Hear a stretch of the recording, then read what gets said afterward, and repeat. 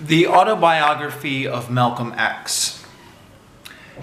The next book I'm going to recommend is not so current and perhaps falls in the classics category.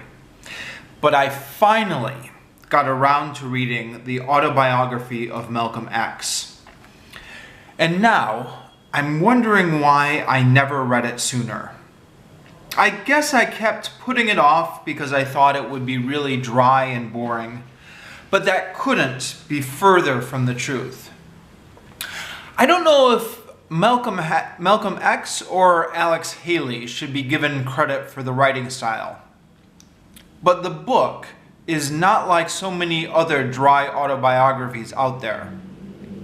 A good autobiography is a rare thing, but wonderful, because it allows you to feel like you know a historical figure personally.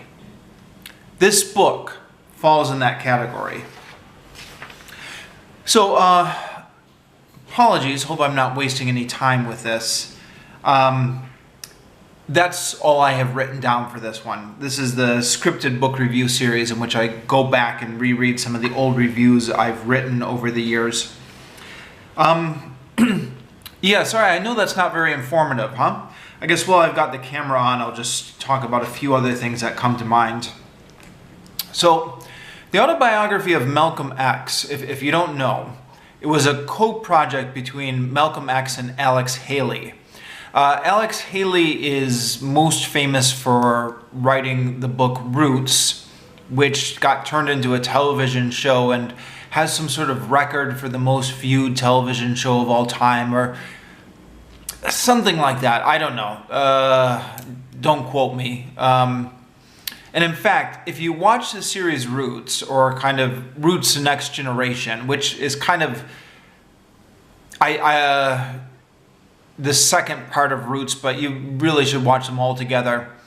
They display in that series how Alex Haley met Malcolm X and collaborated, because that Roots series is partially autobiographical. It kind of goes all the way up to Alex Haley's lifetime.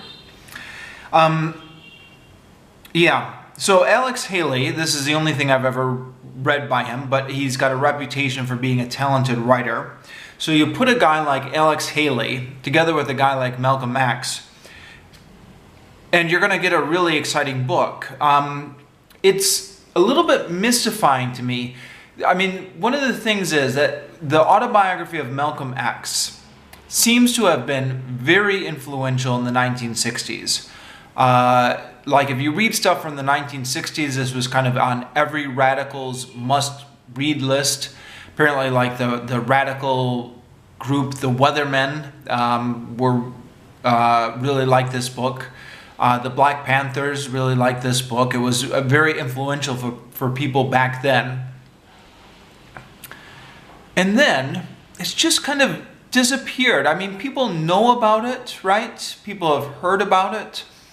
But it's not really on any reading list nowadays, is it? I mean, like, it's in the library, but I don't know. I feel like not a lot of people are reading it nowadays, which is a shame, because if you pick it up, it's really well written. And it's one of those things, like I said, I'd been putting it off because I thought it would be a bit of a chore to read. But then you pick it up, and it just flows. It's interesting. The prose is vibrant. You get really sucked up into the story. I was reading this on Wikipedia just now. I think Alex Haley deliberately tried to write it up as a story and kind of keep the suspense. So, for example, they were again, I'm cribbing this from Wikipedia, but at the time they were collaborating on the book, Malcolm X had already kind of left the Nation of Islam, or had left the Nation of Islam while they were collaborating. So Malcolm X wanted to go back and rewrite all those parts about the Nation of Islam and kind of tell how horrible they had been from the beginning. And Alex Haley talked him out of it and said, no, we've got to leave suspense in the narrative so that the reader, as they're reading, they don't know what's going to happen with the Nation of Islam. So those kind of things, as you're reading the book, make it quite interesting.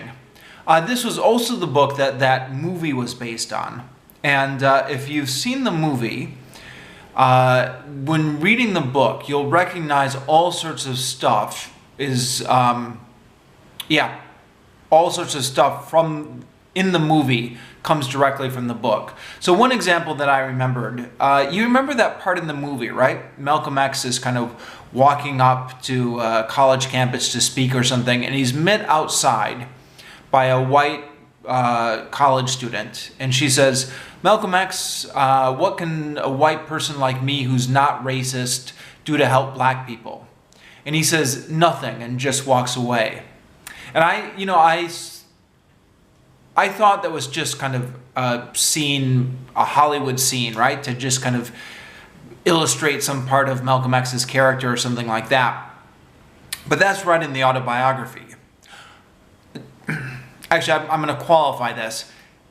It's in the autobiography to the extent that it's in the kind of back section when Alex Haley is talking about the collaboration process with Malcolm X.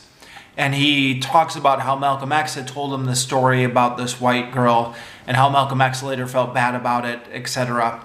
But it is in the book. You know, if you pick up the book, that story is in it. And it was ages ago that I wrote that original review that I was just reading back in 2004. So I don't remember all the rest of the parts, but I do remember reading the book and kind of feeling like I was spotting all sorts of parts that I had known from the movie.